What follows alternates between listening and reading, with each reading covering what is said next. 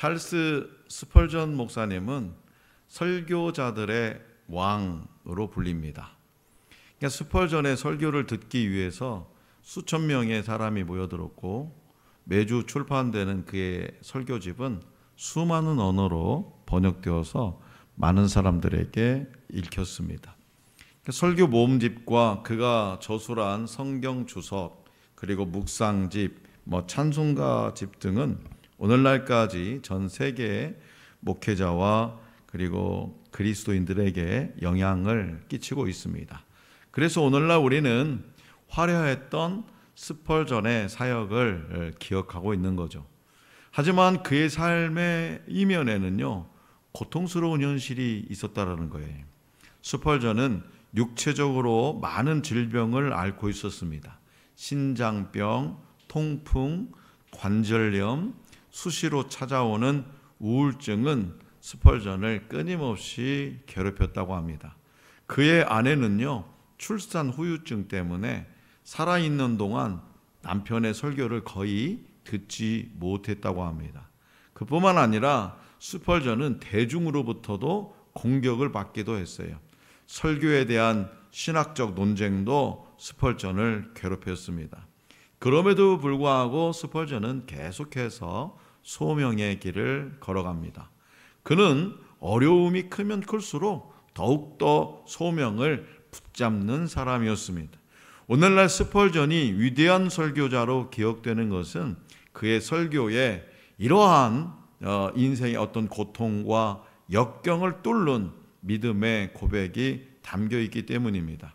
그는 삶의 고난은 성품을 개발하는 도구가 되었고, 역경은 이제 펼쳐질 사역을 준비하시는 하나님의 계획이다라고 말했습니다.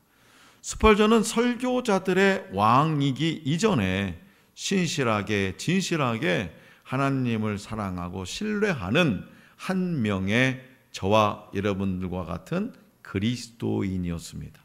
성도 여러분, 지금 여러분들이 고민하는 가장 큰 문제나 어려움을 한 단어 혹은 한 문장으로 표현해 본다면 여러분들의 인생에, 지금의 인생에 어떤 단어, 어떤 문장이 떠오르십니까? 오늘 우리에게 주신 본문 말씀에 등장하는 아둘람은 블레셋 가드에서 동쪽으로 16km 떨어진 지역이고요, 가드에서 다윗의 고향인 베들레헴으로 가는 길 중간에 있습니다. 아둘람은 유다 지파에 할당된 지역으로 베냐민 지파인 사울의 영향력이 약해서 다윗이 몸을 숨기기에 적당한 장소였습니다. 아둘람이라고 하는 말은 피난처라는 뜻을 가지고 있습니다. 피난처. 그리고 다윗은 아둘람 지역의 굴에, 이 굴 속에 몸을 숨기는 그런 비참한 상황에 처해 있는 거죠. 왕궁에서 화려하고 풍족한 생활을 하며 사람들의 칭송을 받던 다윗은 이제 존재하지 않습니다. 갈 곳 없이 꽉 막힌 굴 속의 삶이 지금 다윗이 처한 상황을 말해주는 것 같습니다. 그러나 그런 다윗을 찾아온 사람, 아무런 소망도 없고 비전이 없을 것 같은 굴 속에 숨어있는 그 사람을 찾아온 사람들이 있었다는 거죠. 다윗의 상황은 비참했지만 그에게 사람들이 모여들고 있습니다. 한편 이스라엘의 왕 사울은 다윗에 대한 피해의식에 사로잡혀서 신하들을 비난하고 또 의심합니다. 여기서 우리는 이 사울과 다윗에게서 참으로 이 대조되는, 비교되는 리더십을 볼 수가 있습니다.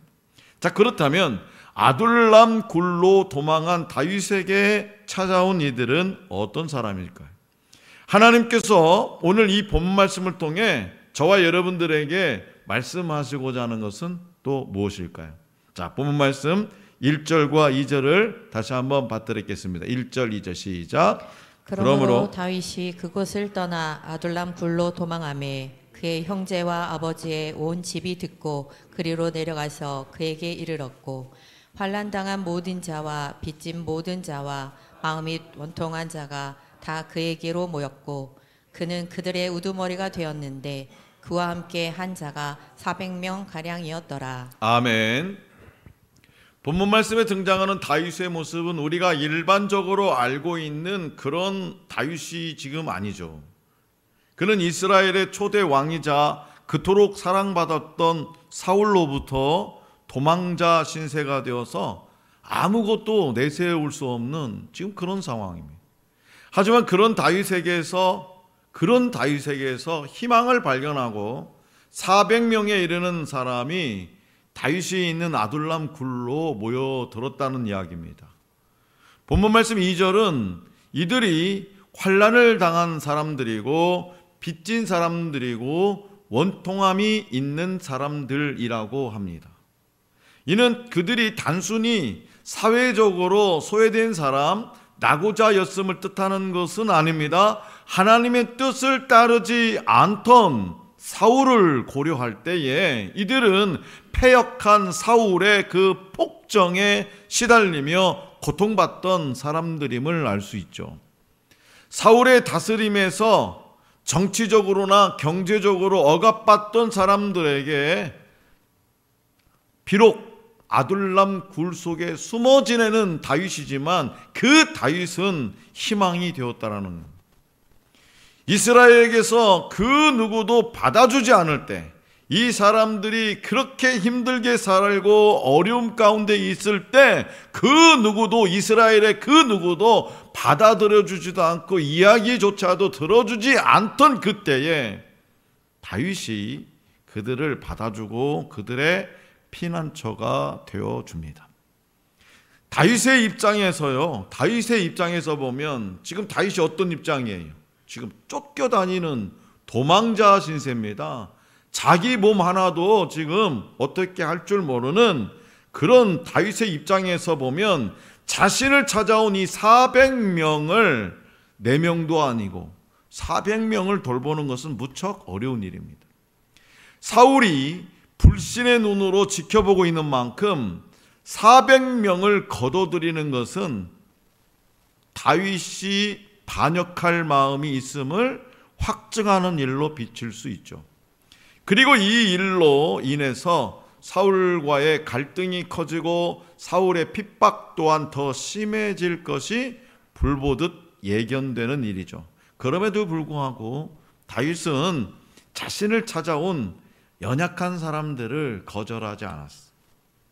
다시 말해서 하나님을 경외하는 다윗은 사람을 사랑하는 사람이었고 연약한 자를 돌보는 사람이었어요.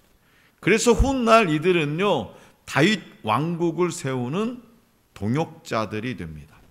자, 성도 여러분, 그렇다면 여러분들은 연약하고 가난한 사람들의 울타리로, 때로는 소외된 사람들의 친구로 살기 위해서 지금 어떤 일을 할 수 있을 것 같습니까? 이번 한 주간도 여러분 주변에 찾아온 그 어떤 사람들에게 여러분들은 어떻게 말했고 어떻게 행동했습니까? 아둘람 굴에서의 사건은 다윗의 삶의 중요한 분기점이 되었습니다. 이전까지 다윗은 사울을 피해 다니는 도망자에 불과했어요. 그러나 이제 다윗은 사울의 폭정에 시달리던 사람들을 대표하며 그들을 이끄는 지도자가 됩니다. 도망자가 아니라 지도자가 되었어요. 이때 다윗은 자기 스스로 높아지려고 하지 않았어요. 하지만 하나님과 동행하며 신실하고 진실하게 살던 다윗은 사람들의 희망이 되었습니다. 아무것도 내세울 것 없는 상황이었지만 다윗은 이미 왕의 길을 걷고 있었던 거죠. 다시 말해서 하나님이 택한 사람 다윗은 하나님과 사람들에게 인정받는 지도자가 된 거예요. 이처럼 저와 여러분들은, 그리고 우리 하늘소망교회는요, 가난하고 연약한 사람들의 아굴람 굴이 되어야 됩니다. 피난처가 되어야 돼요. 도망자 다윗이 환난당한 사람, 빚진 사람, 원통한 사람들을 버리지 않고 품었던 모습은 곧 예수님이 보여주신 모습이에요. 이 세상은요, 권력과 힘이 있는 사람들을 주목합니다. 그래서 사람들은 자연스럽게 권력과 힘을 따르고 그런 사람들과 함께 하고자 합니다. 하지만 성도의 삶은 달라요. 성도, 하나님의 백성인 저와 여러분들의 삶은 달라요. 성도는 예수 그리스도를 주목하고 세상을 주목하는 것이 아니라 예수 그리스도를 주목하고 예수님의 모습을 따르는 삶을 살아갑니다. 이런 상황이면 예수님은 어떻게 생각하고 어떻게 행동하셨을까? 먼저 그걸 판단하죠. 예수님처럼 고통 가운데 있는 자들과 가난한 자들을 버리지 않고 그들에게 소망과 위로를 주는 삶을 살아갑니다. 그런 삶을 살아갈 때 우리를 통해서 하나님의 나라가 세워지게 되는 거죠. 그렇기 때문에 이제라도 저는 이제부터라도 이 말을 너무 좋아해요. 이제부터라도.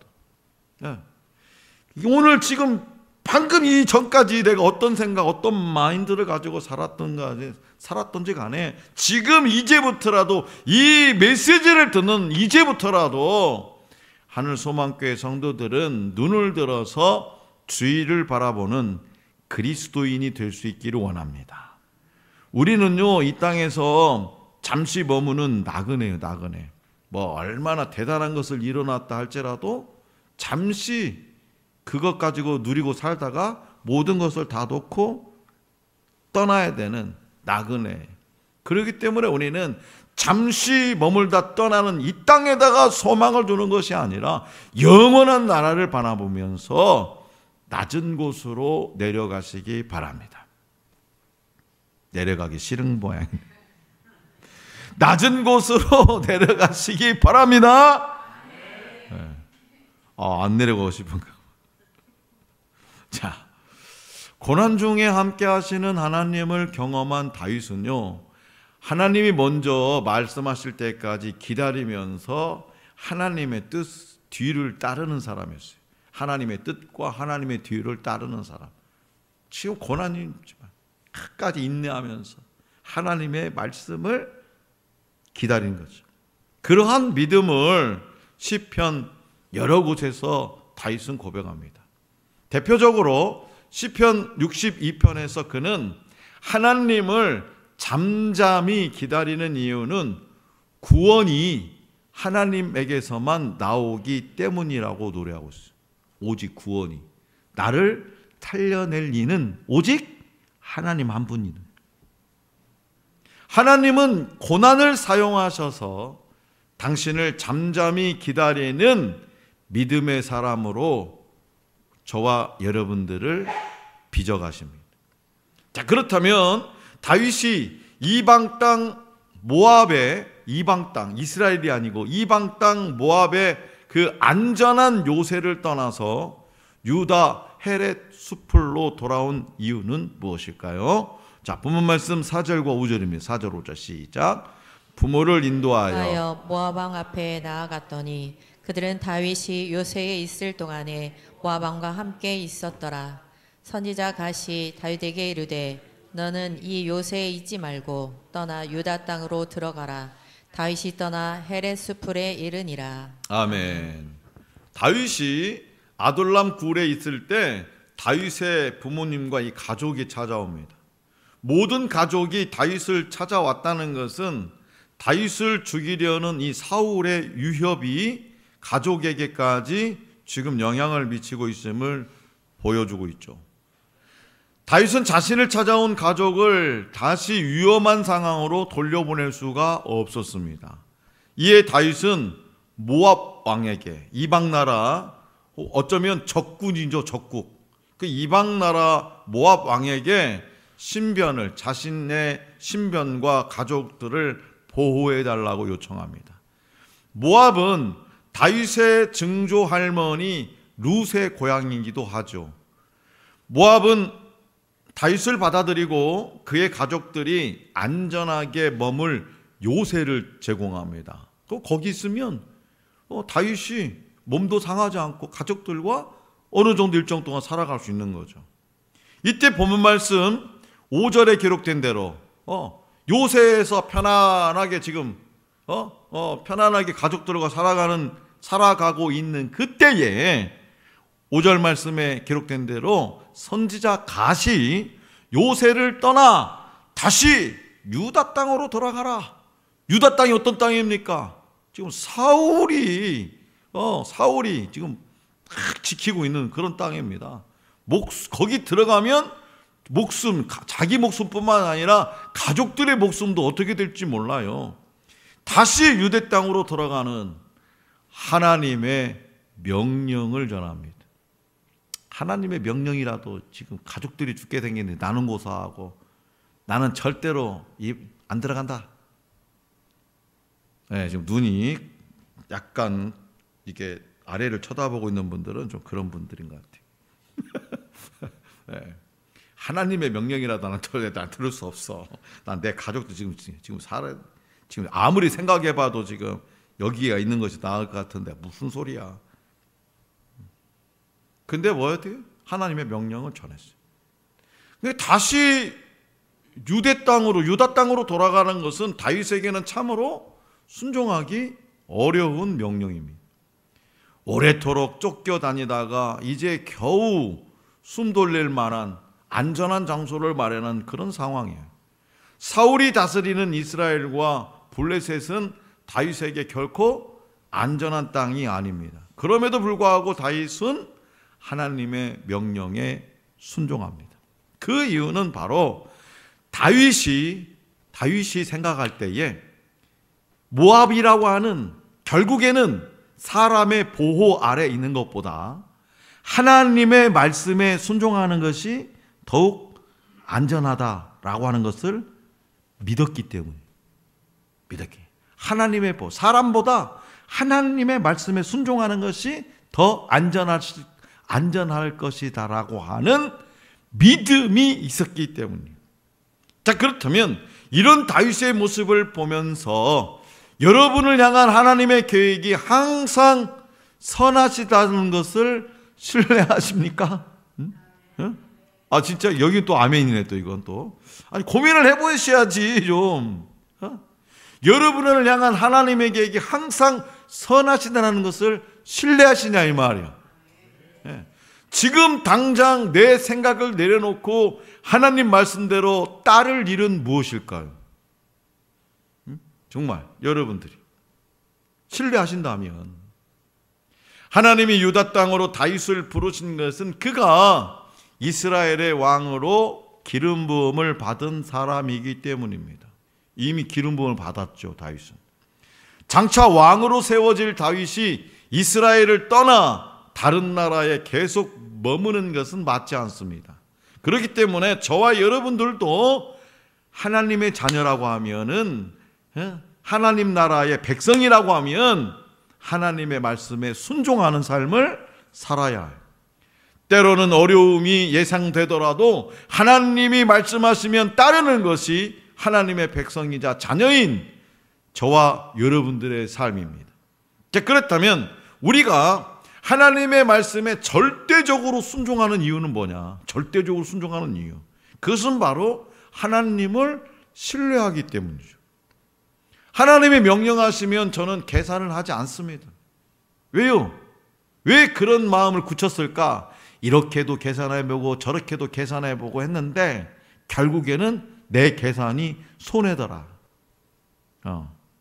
그리고 내 계산대로 해가지고 두드러 맞고 손해보는 것이 더 많더라. 내 계산대로. 그러니까 어느 순간에 하나님의 명령하시면 부르심이 있으면 계산하지 않는 거예요. 그냥. 왜? 계산해봤자 되고 손해니까. 그냥 아멘하고 순종해. 그러니까 3시간 거리 곤지암으로 와서 3박 4일 찬양 집회 찬양 해달라니까 그냥 아멘하고 순종을. 장로님들하고 상의도 해야 되는데 지난번에 말씀드린 장로님들이 이거는 상의가 아니고 통보고만요. 장로님들이 그러시더라고. 아니 상의이자 통보, 통보이자 상의 막 그렇습니다. 하나님이 부르시죠. 내가 뭐 가고 싶어서 갑니까? 그러니까 장로님들이 뭐 그렇게 또 이렇게 또 받아주시고 하니까 얼마나 좋아. 절대로 안 됩니다.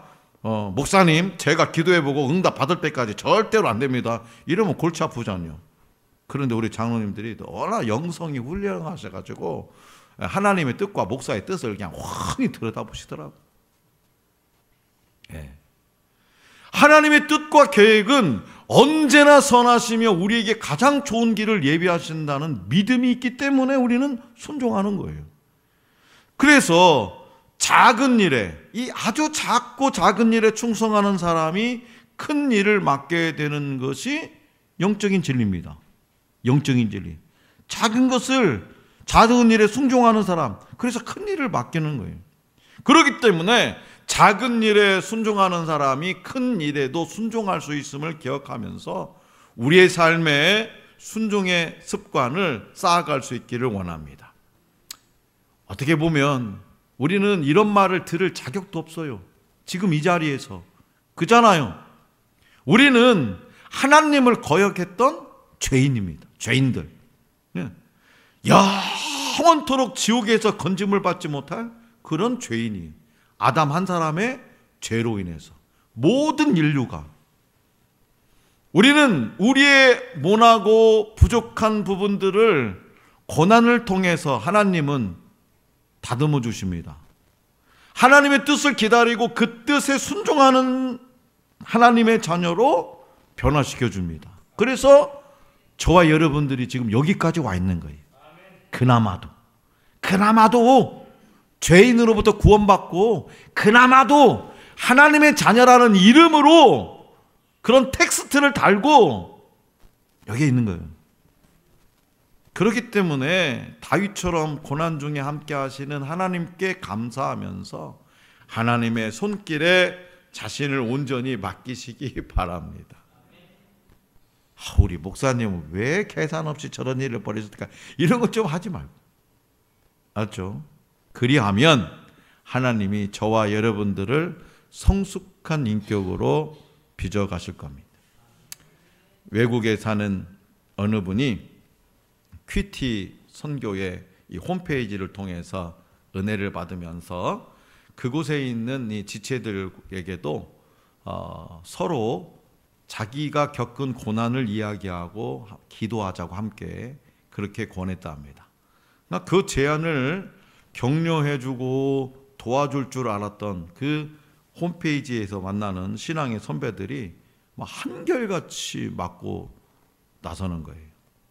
아니, 부끄러운 일과 고난을 이야기하면서 어떻게 전도를 하겠느냐? 당신은 은혜 받을지 몰라도 안 믿는 사람들은 비웃을 것이다. 뭐 예수 믿는다면서 뭔 그런 개고생을 하냐? 나는 그런 개고생을 하면 안 믿을란다. 그런 비난을 받을 거다. 해서는 안 된다. 심지어 이 홈페이지에 그 나눔을 올리는 집사님에게 이런 말까지 들어요. 당신 주변에 잡다한 일들을 아니 인터넷에까지 떠들면서 무슨 유익이 있느냐. 도대체 당신의 영성이 의심스럽다. 그런 말을 들으니까 이 사람이 한 달 동안 깊은 우울감에 빠져 있었다고 합니다. 그러나 다시 잠잠히 하나님의 말씀을 묵상하며 퀴티 선교의 그 홈페이지에 올라와 있는 그 지체들의 나눔을 하나씩 읽어보기 시작했어요. 며느리와 간음한 유다를 통해서 예수님이 오시고, 서모와 간음한 루벤이 이스라엘 지파의 장자로 세워지는 것을 보면서 위로를 얻었습니다. 하나님의 구속사가 잘 되는 이야기, 듣기 좋은 이야기로만 이루어지는 게 아니라는 것을 다시금 깨닫고 안위와 소망을 얻게 되었습니다. 우리들 교회가 주목을 받으면서 김양재 목사와 성도들이 함께 기독교 방송에 나간 적이 있어요. 방송에 나간 분들은 대체적으로 처녀로서 암투병 하던 자매, 장로님이셨던 아버지가 교회에서 치리를 받은 집사님, 남편의 외도를 믿음으로 인내하며 다시 가정을 회복한 집사님들의 이야기입니다. 당시 방송에서 김 목사는요, 우리들 교회는 환난당하고 빚지고 원통한 자들이 모인 교회다라고 고백합니다. 우리들 교회는 환난당하고 빚지고 원통한 자들이 모여있는 교회다. 이분들이 자신의 이야기를 다 드러내고 함께 기도했을 때 더 많은 사람들이 우리들 교회를 찾아왔다라고 말했습니다. 그리고 이런 분들이 하나님 앞에 예배하며 더 많은 사람들을 돕고 헌신하게 되었고, 비방과 고난을 받아도 말씀으로 인내하며 위로를 얻고 소망을 갖는 사람들이 모인 공동체가 진정한 천국 공동체임을 경험하고 있다라고 고백했습니다. 사랑하는 성도 여러분, 다윗은 왕으로 기름 부음을 받았음에도 사울의 박해를 피해 도망다니며 고난을 겪습니다. 다윗은 사울을 멀리하고 싶었지만 하나님은 그를 사울 치하의 유다 땅으로 보내십니다. 그로 인해 도망자로서 고통스러운 시기를 보내지만 그 시간은 결코 헛되지 않았습니다. 이 모든 일은 다윗을 하나님의 뜻에 합당한 왕으로 세우는 연단의 시간이었습니다. 하나님의 손을 붙잡고 가는 길에는 그 어떤 순간도 헛된 것이 없다고 하나님은 사무엘을 통해서 저와 여러분들에게 말씀하십니다. 또한 이 시기에 모인 사람들은 훗날 다윗 왕국의 초석이 되었습니다. 시련의 기간에 쌓은 이 순종훈련, 다윗과 400명의 이 순종훈련은 결국 다윗을 더욱 강한 믿음의 사람이 되게 하셨다고 하나님은 사무엘을 통해서 오늘 저와 여러분들에게 말씀하고 계십니다. 그러므로 하늘소망교회가, 우리 교회가 환난당하고 빚지고 원통한 자들에게, 그리고 도움이 꼭 필요한 자들에게 손을 내밀 수 있는 그런 넉넉함이 있기를 원합니다. 하나님의 뜻을 따르는 것이 가장 안전한 삶임을 기억하며 순종함으로 우리 모두가 하나님이 세우시는 사람, 사람이 세우는 사람이 아니라 하나님이 세우시는 사람이 될 수 있기를 간절히 기원합니다.